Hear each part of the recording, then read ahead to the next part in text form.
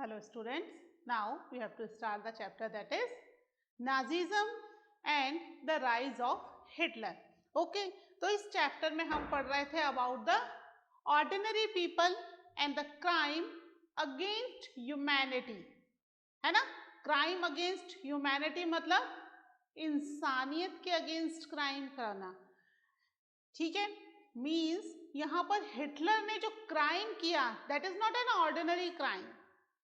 वो क्राइम कुछ ऐसे थे जिससे कि कॉमन पीपल को सुनकर के ही बहुत अजीब सा लगता है कि इस तरह का क्राइम भी हो सकता है क्या?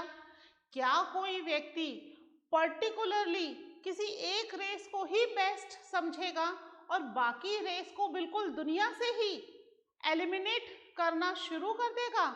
क्या इस तरह का भी होता है? और फिर disable people, those who were disabled, according to Hitler, they were also not able to live in the country.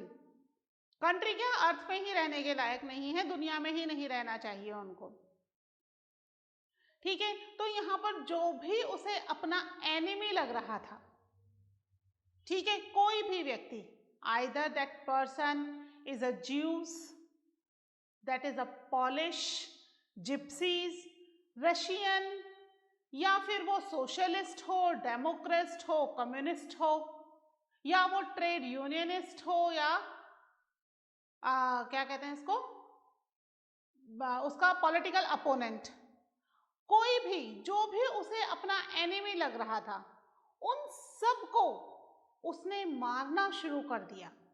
पहले उन्हें सिस्टमैटिकली, पूरा तरीका था, पूरे सिस्टम के साथ उन्हें पहले कंसंट्रेशन कैंप में डाला जाता है, पहले उन्हें आइडेंटिफाई किया जाता है। कंसंट्रेशन कैंप में डालने से भी पहले उन्हें आइडेंटिफाई किया जाता था। उनके पासपोर्ट, उनके घरों के बाहर एक निशान लगा दिया जाता था कि that person is identified to take in the concentration camp. फिर उनकी प्रॉपर्टी, उनकी वेल्थ, सब चीज़ें उनसे छीन ली जाती थी और फिर उनको कंसंट्रेशन कैंप में डाल दिया जाता था, जहां पर कि उनका सर्वाइवल ही बहुत मुश्किल था, है ना? बहुत सारे लोग तो वहां सर्वाइव ही नहीं कर पाए और उसकी वजह से उनकी डेथ हो गई। जो लोग सर्वाइव कर पाए उन्हें बाद में गैस चैम्बर में डाल करके उन्हें मार दिया गया, है ना? तो इस तरीके से हिटलर ने ह्यूमैनिटी के अगेंस्ट भी क्राइम किया और ऑर्डिनरी पीपल उसके अगेंस्ट अपनी वॉइस को रेज नहीं कर पाए। लास्ट लेक्चर में हमने एक पोएम भी पढ़ी थी कि जब वो communist, socialist, trade unionist, Jews दूसरों को लेने के लिए आए तो मैंने कुछ नहीं किया क्योंकि मैं उनमें से एक नहीं था। लेकिन जब मेरी बारी आई, यानी फाइनली उन्होंने मुझे भी दुश्मन समझा और जब मुझे वो लेकर के गए फॉर द कंसंट्रेशन कैंप और गैस चैम्बर, तब मुझे बचाने के लिए वहां पर कोई भी नहीं था। ये है वो उन लोगों के लिए जो कि एकदम शांत होकर जो हो रहा है उसे देखते रहे। उन्होंने ना केवल वॉइस अपनी रेज की बल्कि जो हो रहा है उसके अगेंस्ट किसी को इन्फॉर्म भी नहीं किया, क्योंकि वर्ल्ड की दूसरी कंट्रीज को तो ये सब बातें हिटलर की सेकेंड वर्ल्ड वॉर के बाद पता चली, उससे पहले तक नहीं पता थी। उससे पहले तक तो उन्हें यही पता था कि भाई हिटलर जो है वो वॉर पसंद कर रहा है, दैट इज नॉट गुड, है ना? आसपास की कंट्रीज को वॉर के थ्रू विन करता चला जा रहा है, बस यही पता था। ये नहीं पता था कि वो अपनी ही कंट्री के लोगों के बीच रेशियल डिस्क्रिमिनेशन कर रहा है और उन्हें मार रहा है। बहुत सारे लोग ऐसे थे जो कि इस रेशियल डिस्क्रिमिनेशन के अगेंस्ट वॉइस रेस करना चाहते थे, बट या तो वो अकेले पड़ गए, उनका साथ नहीं दिया गया, या फिर उन्हें कंसंट्रेशन कैंप में डाल दिया गया। So many intellectual peoples also, बहुत सारे लोग ऐसे थे जिन्होंने अपने बारे में जो उन्होंने सफरिंग उस पीरियड में सहन की थी, वो सफरिंग्स उन्होंने किसी ना किसी डायरी में, किसी ना किसी चीज में लिख करके बहुत ही संभाल के उन्हें रख दिया, कि बाद में दुनिया को पता चलेगा ही चलेगा, ऐसी चीजें छुपाए नहीं छुपती हैं। ठीक है, तो ऑर्डिनरी पीपल जो थे वो हिटलर के अगेंस्ट अपनी वॉइस रेज नहीं कर पाए, लेकिन सेकेंड वर्ल्ड वॉर खत्म होने के बाद कई सारी बुक्स भी प्रिंट हुई जिसमें ये सारी चीजें बताई गई कि किस तरीके से हिटलर ने जर्मनी को रेशियल डिस्क्रिमिनेशन में धकेल दिया और वहां के लोगों को 2 पार्ट्स में बांट दिया, एक आर्यंस और दूसरे अदर्स, बाकी सब आ गए उसके अंदर। ठीक है, इसके कुछ इंपॉर्टेंट पॉइंट्स हम लिख लेते हैं। हेडिंग डाल लीजिए, ओपन योर नोटबुक। ठीक है, पेन पेंसिल अपने निकाल लीजिए, नोटबुक ओपन कीजिए या हेडिंग डालिए, साथ में अपनी बुक भी ओपन कर लीजिए। ठीक है, लिखिए many people were influenced by the idea of Nazi. है ना, बहुत सारे लोग इन्फ्लुएंस थे नाजी आइडिया से, तभी तो वो हिटलर का साथ दे रहे थे। जितने भी लोग हिटलर का साथ दे रहे थे मीन्स वो हिटलर के आइडियाज को सही समझते थे जो साथ दे रहे थे। मैनी पीपल, नॉट ऑल, सबके लिए नहीं है, मैनी पीपल। ठीक है, नेक्स्ट पॉइंट देखिए, they believed Nazism would bring prosperity and improve general well-being. ठीक है, prosperity and improve general well-being. ठीक है, उन्हें लगता था क्योंकि पहले कितनी ज्यादा परेशानियां, इकोनॉमिक डिप्रेशन सबसे ज्यादा जर्मनी में ही हुआ है ना, जॉब नहीं थी, खाने के लिए नहीं था। ठीक है, इकोनॉमिक बहुत ज्यादा डाउन चली गई थी जर्मनी की, और हिटलर के रूल के आने के बाद ये थोड़ी प्रोस्पेरिटी आनी शुरू हुई, तो लोगों को, कुछ लोगों को लग रहा था कि यहाँ पर नाजीज्म की वजह से ही ये प्रोस्पेरिटी आ रही है और लोगों की जो थोड़ी बहुत उन्नति हुई है या उनकी प्रोग्रेस हुई है, that is just because of the Nazism. ठीक है, नेक्स्ट पॉइंट लिखिए, every German was not a Nazi.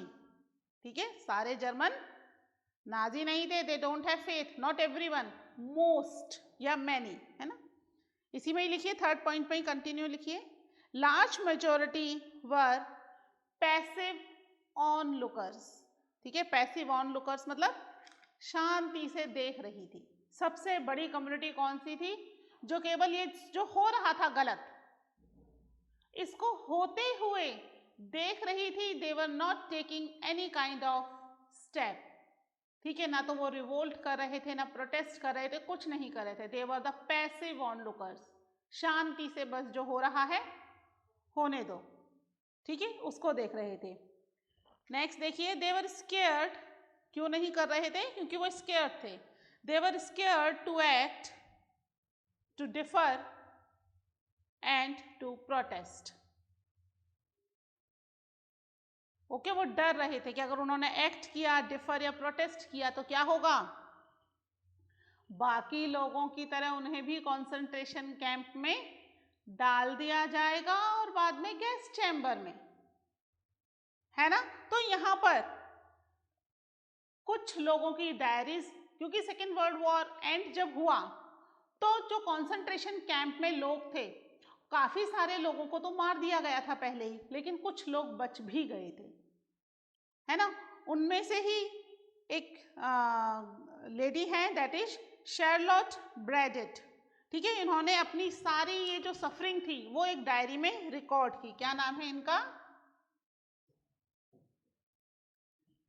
Charlotte ब्रैडेट। ठीक है, इन्होंने अपनी डायरी में ये सारी सफरिंग्स नोट करती जा रही थी और बाद में उन्होंने एक बुक पब्लिश करवाई जिसका नाम था the third ray of dream.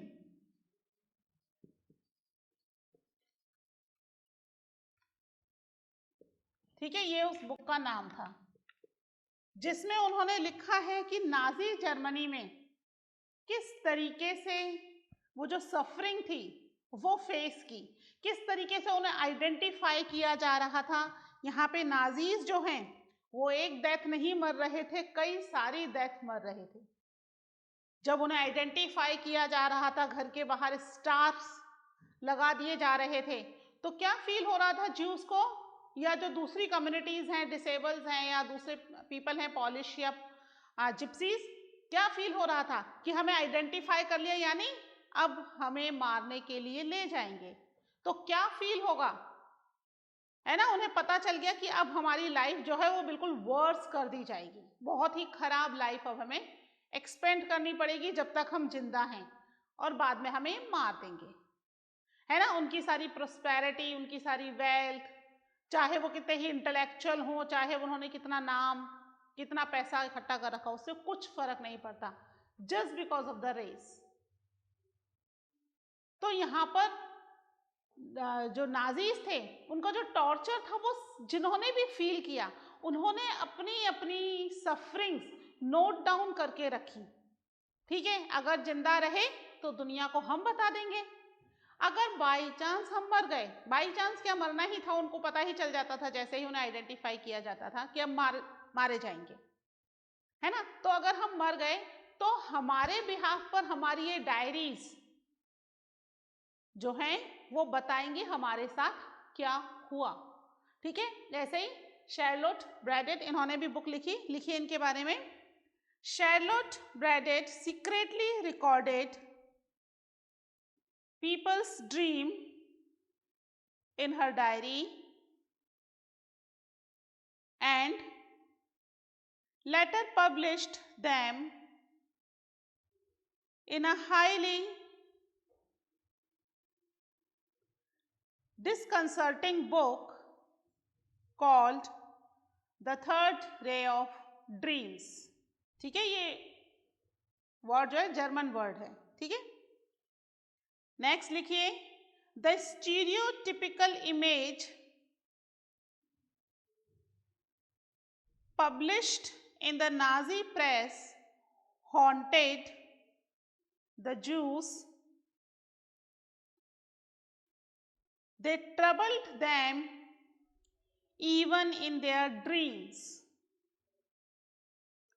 ठीक है, जो उनकी इमेजेस, स्टीरियोटाइपिकल इमेजेस क्या होती हैं, एक इमेज बना दी कि वो बहुत ज़्यादा मोटे हैं, ढीले ढीले कफ्तान जैसे कपड़े हैं, मोटी नाक है, फूले हुए गाल हैं, आंखें अंदर एकदम धसी हुई हैं और बाल नहीं हैं।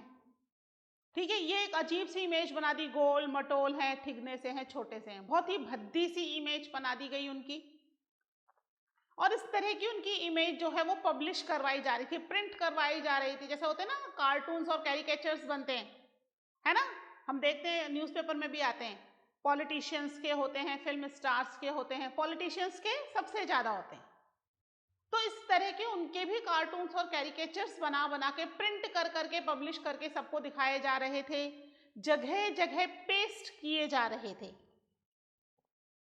ठीक है, तो ये जो चीजें थी, ये जो उनकी जो इमेज बना दी गई थी, तो वो इमेज उन्हें क्या कर रही थी, सपने में भी डरा रही थी। इट्स हॉन्टेड देम, कि सपना भी आता था तो उसमें वही स्टीरियोटाइपिकल इमेज उनकी जो बनाई गई थी अजीब सी, वो इमेज ही उन्हें दिखाई देती थी। मतलब एक तरीके से ये जो प्रिंट हो रही थी इमेजेस उनकी, जो उनके कैरिकेचर्स बन रहे थे, उससे वो बहुत ज़्यादा डरने लग गए थे, है ना। उनके मन में एक तरह की डर और घबराहट थी कि हम जो हैं वो इतने गंदे और इतने भद्दे दिखते हैं क्या। ठीक है, हर व्यक्ति एक जैसा नहीं दिखता है, और कोई पर्टिकुलर कम्युनिटी बहुत ब्यूटीफुल हो सारे, उसमें ऐसा नहीं होता, या किसी एक पर्टिकुलर कम्युनिटी में सभी अगली हो, ऐसा भी नहीं होता, है ना। मिक्स होते हैं, कहीं बहुत ब्यूटीफुल है, कहीं एवरेज है, कहीं ठीक ठाक है। ठीक है, बट यहाँ तो उनकी इमेज ही एकदम ऐसी बना दी गई, बहुत ही अजीब से अगली पीपल, तो that scared them in their dreams also. सपने भी आते तो वो उसी तरह की इमेजेस के आते जिसमें वो डर जाते उनको देख के। ठीक है, यानी कि यहाँ पर एक डेथ तो होगी, जब गैस चैम्बर में ले जाके मार देंगे वो तो ठीक है, फाइनल डेथ हो गई।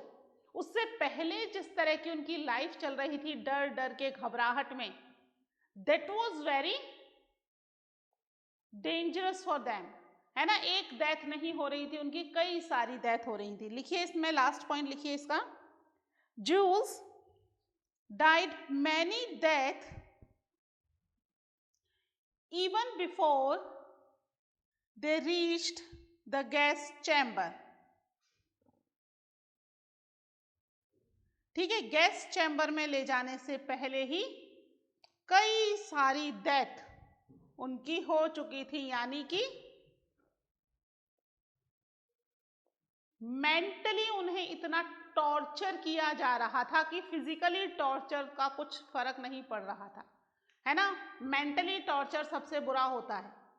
अगर कोई बार बार आपको अजीब से नामों से और इससे पुकारता रहे तो धीरे धीरे क्या होता है, एक अजीब सी उस शब्द से ही नफरत सी होने लग जाती है धीरे धीरे, है ना। तो यहाँ पर भी ज्यूस के साथ यही हो रहा था।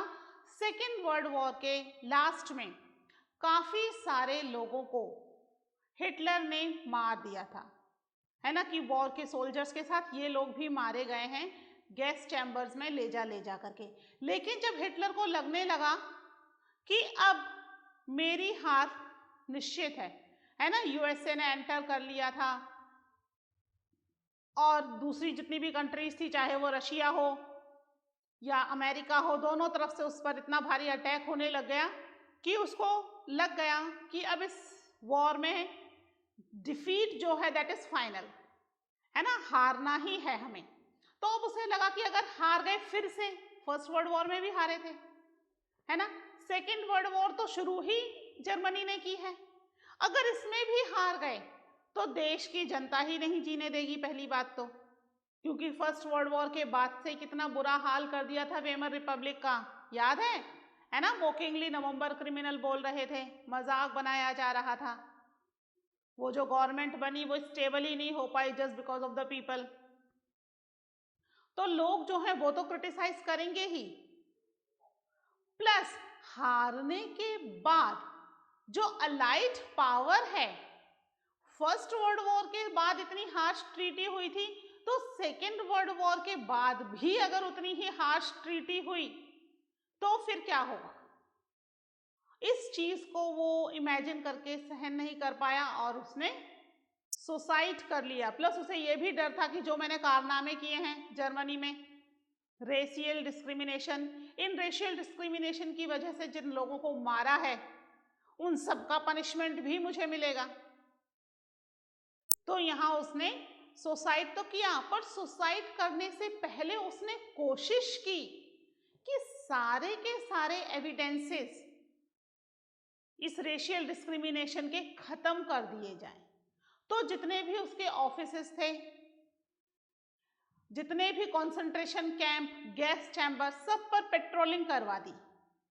पेट्रोलिंग करवा के सब में आग लगवा दी कि भाई यहाँ पर किसी को कोई एविडेंस नहीं मिले, जिससे कि उसने जो भी कंट्री के अंदर किया है वो चीजें आउट ना हो और वो अपना इजी गोइंग डेथ उसे मिल जाए। सुसाइड कर लिया तो इजी गोइंग डेथ तो थी ही, बट बाद में भी हिटलर की बुराई ना हो। हम हिटलर नाम से ही थोड़ा सा खौफ है ना। तो दैट वाज जो उसने किया, that was known as Holocaust. ठीक है, होलोकॉस्ट कहलाता है।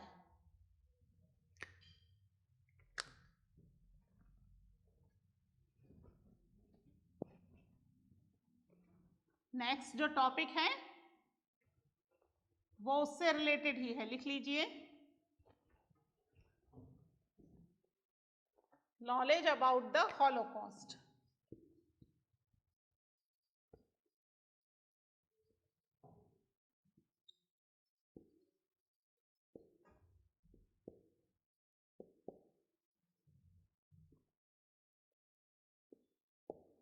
ठीक है, होलोकॉस्ट, होलोकॉस्ट क्या होता है? अगर हम इसको हिंदी में कहें तो हम कह सकते हैं महाविध्वंस, बहुत बड़ा नुकसान होना। ठीक है, तो जो हिटलर ने किया दैट वाज द हॉलोकॉस्ट। उसने बहुत बड़े एरिया में पेट्रोलिंग करवा के आग लगवा दी थी, जिससे कि दुनिया को पता ना चल पाए कि उसने क्या किया है। ठीक है, सेकेंड वर्ल्ड वॉर के एंड के समय जर्मनी को लग गया वो लॉस्ट कर ही जाएगा, हार ही जाएगा, डिफीट हो जाएगा वॉर में। ठीक है, लेकिन लोग जो थे, जो उन कॉन्सेंट्रेशन कैंप, घेटोज में रह रहे थे, उन लोगों ने भी हिटलर के अगेंस्ट जो चीज़ें लिखी थी, डायरीज लिखी थी या आर्चीव्स बनाए थे, बुक्स लिखी थी, वो सब चीज़ें उन्होंने बहुत ही एहतियात से ऐसी ऐसी जगह छुपाई कि जो आग में भी डिस्ट्रॉय नहीं हुई। जैसे कि आपकी बुक में एक पिक्चर दे रखा है, मिल्क का कैन है ना बहुत बड़ा सा, तो इस मिल्क के कैन के अंदर उन्होंने ये डायरीज छुपाई।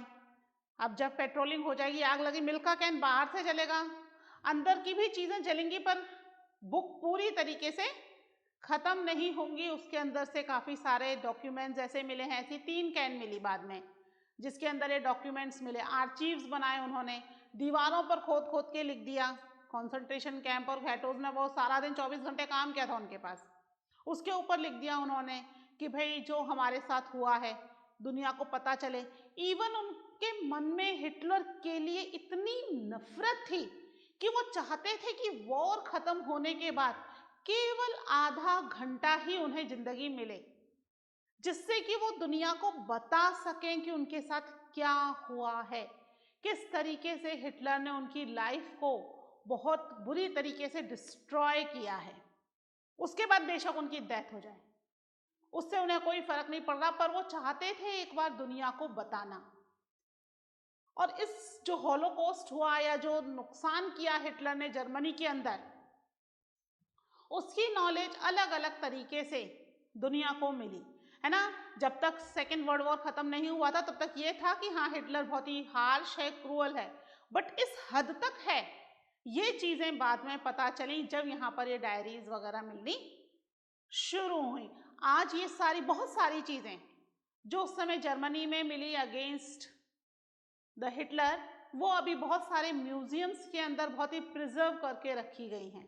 वर्ल्ड की अलग अलग कंट्रीज में भी हैं, तो उनको प्रिजर्व करके रखा गया है। और ये जो चैप्टर है अपना हिटलर, ये हमें बताता है कि जो गलत काम है उसे कभी भी टॉलरेट नहीं करना चाहिए, है ना। आज आपके साथ हो रहा है, कल किसी और के साथ होगा, तो हमेशा you have to raise the voice. मरना उन्हें वैसे भी था, वैसे भी तो गैस चैम्बर में ले जाके मार ही दिया ना, कौन सा उनको जिंदा रखा हिटलर ने।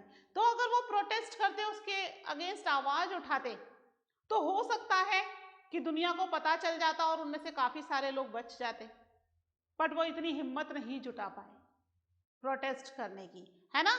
एक बार इसके बारे में भी लिख लीजिए। After the war ended and Germany defeated, the world come to realize the horror of what had happened. Next देखिए, Jews collected and preserved documents, wrote diaries, kept notebooks and create archives which are called the Holocaust. ठीक है, उन सब diaries notebook से ही पता चला कि Hitler ने किया क्या है, that is known as Holocaust. ठीक है, नेक्स्ट पॉइंट लिखिए। Jews wanted the world to remember the atrocities and suffering. Atrocities मतलब जो ऑपरेसिव बिहेवियर किया हिटलर ने उनके साथ, ठीक है, वो चाहते थे कि वर्ड उसको रिमेंबर कर रखे, किस चीज को, the atrocities and suffering they had endured during the Nazi killing operations.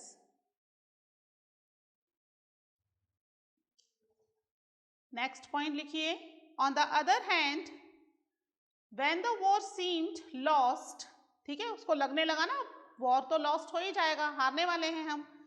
When the war seemed lost, the Nazi leadership distributed petrol to its functionary, ठीक है, जो भी उनकी फंक्शनरीज थी, मतलब either they are gas chambers, concentration camp, ghettos, offices, जहां भी उनके फंक्शनिंग चल रही थी, लोगों को मारने का जो काम चल रहा था ना वहां पे, ठीक है, distributed petrol to its functionaries to destroy all incriminating evidences available in office.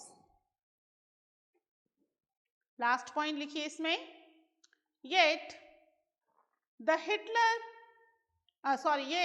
History and the memory of Holocaust live on in memories, fictions, documentaries, poetry, memorial and museums in many parts of the world today. ठीक है, world की बहुत सारे अलग अलग जगहों पर इन चीज़ों को म्यूजियम में बहुत सेफली रखा गया है, जो चीज़ें उस हॉलोकॉस्ट की मिली हैं। ठीक है, इसके अलावा महात्मा गांधी जी ने भी हिटलर को 2 बार लेटर लिखा। जब फर्स्ट वर्ल्ड वॉर शुरू हुआ तो एक बार लिखा उन्होंने जुलाई 23, 1939, जब फर्स्ट वर्ल्ड वॉर शुरू हो रहा था, है ना, और उन्होंने उसको अपनी तरफ से कोशिश की हिटलर को समझाने की कि भाई हम जो है, हम यहाँ पर क्या कर रहे हैं, यहाँ पर अहिंसा, नॉन वायलेंस, है ना, सत्याग्रह, तो हम ये चीजें कर रहे हैं जिससे कि वर्ल्ड हमें बाद में याद रखे कि हमने क्या देश को, दुनिया को दिया है। और अगर आप ये वर्ल्ड वॉर करते हो, सेकेंड वर्ल्ड वॉर, अगर आप ये करते हो तो लोग आपको किस तरीके से याद रखेंगे? आप लोगों की मेमोरी के लिए कुछ छोड़ोगे ही नहीं, क्योंकि बहुत सारा डिस्ट्रक्शन करके जाओगे आप, है ना। तो महात्मा गांधी जी ने एक बार इस समय समझाया उन्हें, दूसरी बार जब वर्ल्ड वॉर शुरू हो गया तब भी उन्होंने अगेन ही requested him to stop the war, क्योंकि Hitler was the only one person जो कि इस वॉर को रोक सकते थे। क्यों हिटलर रोक सकते थे?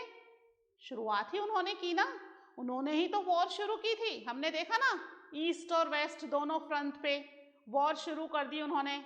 वो जो ट्रीटी ऑफ वर्सेलिस थी उसको अंडू करना था, है ना, अपने साथ किए गए ऑप्रेसिव बिहेवियर का बदला लेना था, इन चीज़ों के लिए वॉर की है। तो महात्मा गांधी जी ने भी अपनी तरफ से उन्हें बहुत समझाने की कोशिश की।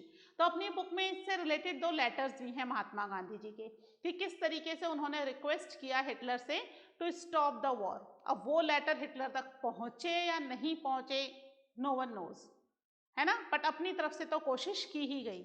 ठीक है, तो इस तरीके से हम इस चैप्टर में देख रहे हैं कि हिटलर ने क्या क्या किया।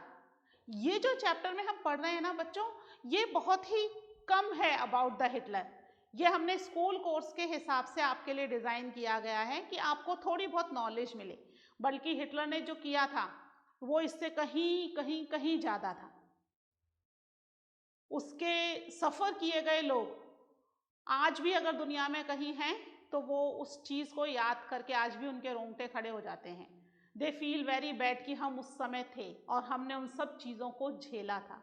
ठीक है, और ये चैप्टर एक तरीके से हमें ये भी बताता है कि कभी भी गलत चीज़ को एक्सेप्ट नहीं करना चाहिए, है ना। एक्सेप्ट करने के बाद भी इतने लार्ज कम्युनिटी के लोग मारे गए, अगर वो एक्सेप्ट नहीं करके रेजिस्टेंस कर देते शुरू में, तो हो सकता है आने वाली कम्युनिटीज़ के लिए वो एक नया एग्जाम्पल सेट करते। तो ये एक लेसन है उनके लिए जो गलत चीज़ों को सहन कर जाते हैं, और एक लेसन उनके लिए भी जो ये सोचते हैं कि मेरे साथ तो नहीं हुआ ना, तो जाने दो, बट जब आपके साथ होगा तो आपके लिए कोई भी नहीं होगा to stop that oppressive person, है ना। ठीक है, ये चैप्टर कंप्लीट हो गया है। एक बार बुक में से आप रीड कर लीजिएगा, पूरे नोट्स नोट कर लीजिएगा बच्चों। ठीक है, मिलते हैं नए चैप्टर में in the next lecture. Till then take care, bye.